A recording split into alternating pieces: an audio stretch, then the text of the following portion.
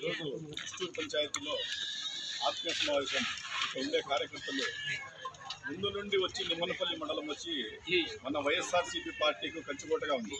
మొన్న జరిగిండే ఎలక్షన్లలో కూడా మన నిమ్మనపల్లి మండలంలో మంచి మెజారిటీ వైఎస్ఆర్సీపీ పార్టీకి ఇస్తున్నారు.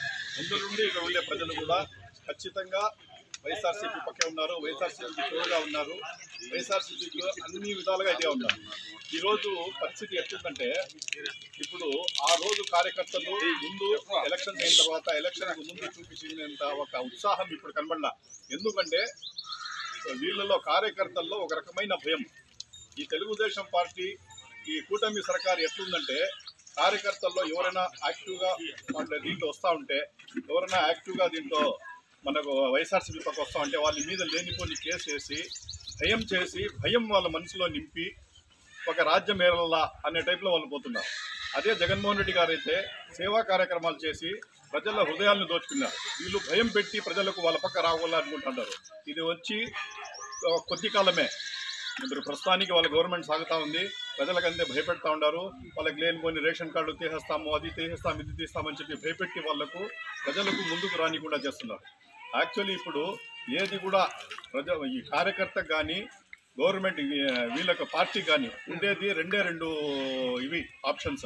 ఒక ఆప్షన్ ఏమంటే కార్యకర్త నాయకుడు అనేవాళ్ళు కలిసిమెలిసి ముందుకు సాగల. ఈరోజు కార్యకర్త వచ్చిందను కార్యకర్తకు ఒక డ్యూటీ ఉంది, అదేవిధంగా నాయకునికి ఒక డ్యూటీ ఉంది.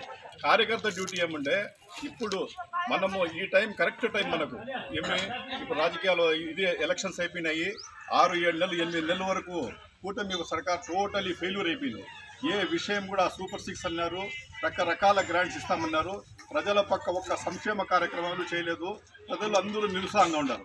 ఈరోజు కార్యకర్తలకు మనకు ఒక పని దొరికింది. ఏమంటే జగన్మోహన్ రెడ్డి గారు చేసిండే మంచి కార్యక్రమాలను, జగన్మోహన్ రెడ్డి గారు చేసిండే అన్ని స్కీములను మనం ప్రజల దగ్గరికి తీసుకొని పోవాలంటే అందరూ మనము పోయేటప్పుడు వచ్చేటప్పుడు అంతా ఊరిలో తిరిగి చెప్పేది ఏమీ అవసరం లేదు. మీరు పోయి కలిసే మనుషులతో మీరు ఎవరితో కలుస్తూ ఉంటారో, అది ఒక మనిషి అన్నవాడు కనీసం అంటే ఒక 15-20 మందితో డైలీ కలుస్తాడు. వాళ్ళకు చెప్పాల మనం ఈ రకంగా వీళ్ళు చేశారు, జగన్మోహన్ రెడ్డి గారు అయితే ఈ పని చేసినారు, ఈ గవర్నమెంట్ వచ్చిందని ఏమీ చేయలేదు అని చెప్పి ఒక ప్రాపగండా మనం చేయాలా. ప్రజలలో వచ్చిందని ఒక అవేర్నెస్ కల్పించాలా. జగన్మోహన్ రెడ్డి గారు ఉంటే ఏ రకంగా సాగుతూ ఉండింది, అదే ఈ కూటమి సర్కార్ వచ్చిన తర్వాత ఏ రకంగా సాగుతూ ఉండింది అని చెప్పి ప్రతి కార్యకర్త ఒక సైనికుని మాదిరి ఇక రాబోయే ఒక 3-4 సంవత్సరం మనం అనుకుంటున్నాం. ఎలక్షన్స్ ఎప్పుడు వచ్చినా ఇప్పటి నుండే మనం ఒక మూమెంట్ తీసుకుని వచ్చేసి ప్రజల్లో ఒక యాక్టివ్ చేసుకుంటా పోయినామంటే ఆ టయానికి మనము ఖచ్చితంగా ఒక దీనికి వచ్చేస్తుంది. ఆ రకంగా మీరు పార్టీకు హెల్ప్ చేసి పార్టీకు రకరకాలుగా మీరు మేలు చేస్తే తర్వాత మా డ్యూటీ మాది స్టార్ట్ అవుతుంది. మేము కూడా ఏం చేస్తామంటే ఇప్పుడు మీకు ఏదైనా ఇబ్బందులు వచ్చినా మేము అందరి సమక్షంలో అదే ప్రోత్సహిస్తున్నాం. ఇన్ని దినాలైతే ఒక రకంగా పార్టీ దీంట్లో ప్రతి ఒక్కరూ బాధతో ఉన్నారు. ఇప్పుడు మళ్ళీ మనం యాక్టివ్ అయ్యే పరిస్థితి వచ్చింది. ఎందుకంటే మన కళ్ళ ముందు ప్రజల్లో వచ్చిందో టోటల్ నెగిటివ్నెస్ వచ్చేసింది. ఎవరికి ఈ పార్టీ మీద, కూటమి సర్కార్ మీద టోటల్ నెగిటివ్ వచ్చింది. దానికి వచ్చిందో మనము దీన్ని ఒక చైతన్యపరిచయం చేసి ప్రజలకు మీరు ఏ ముందుకు వచ్చినా మీకు ఖచ్చితంగా మేము తోడుంటాం. మదనపల్లి పార్టీ తరఫున తిప్పారెడ్డి సార్ కానీ, నరేష్ అన్న కానీ, నేను కానీ ప్రతి దాంట్లో మీకు తోడుగా ఉంటాము. మీకు ఎటువంటి ఇబ్బంది రానియము.